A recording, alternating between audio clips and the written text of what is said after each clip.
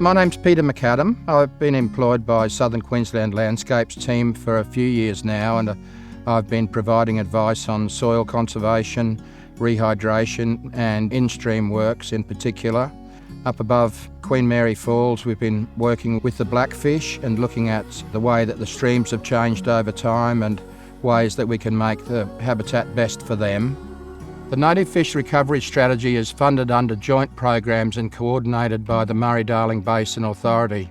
The programs promote and coordinate effective planning, management and sharing of the water and other natural resources of the Murray-Darling Basin Authority. My wife and I got a property just about a kilometre up the road from here. It's called Fern Hill. I came across Southern Queensland Landscapes during a field day. They contacted me, which started this process that I'm going through now.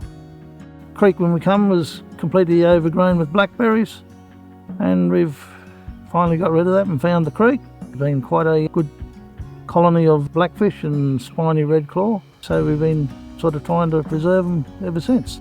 These little blackfish up here in the headwaters of the Condamine River are sort of like a canary in the coal mine, if you like. They've only got a very limited range, and we'd like to make sure that they can live throughout that range. And in some places the streams have been degraded, and we'd like to try and improve the habitat for those little fish in particular.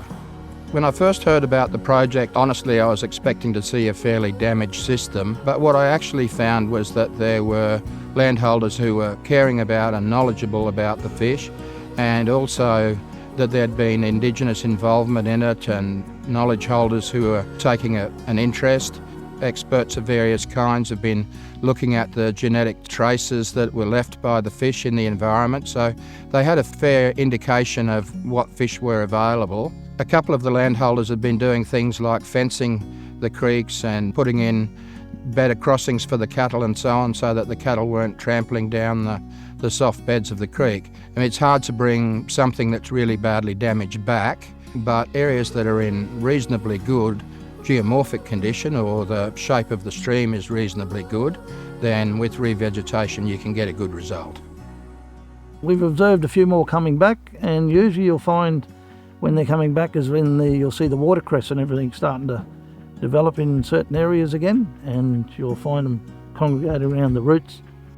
Good water quality is important for most living things, and for this population in particular, it's quite cold water that they're living in. They wouldn't do nearly as well if it was hot and sunny all the time.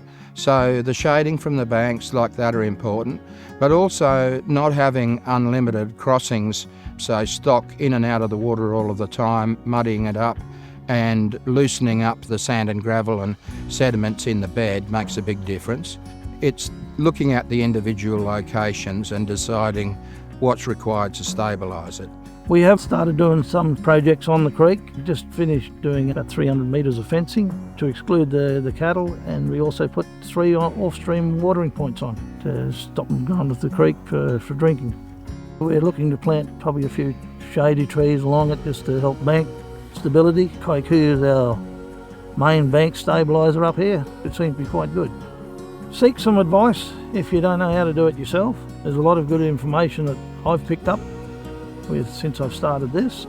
Sometimes nature interferes with itself a bit, and if you can help reduce the impact of it and make it better for everything in and around the water, you're going a good step forward.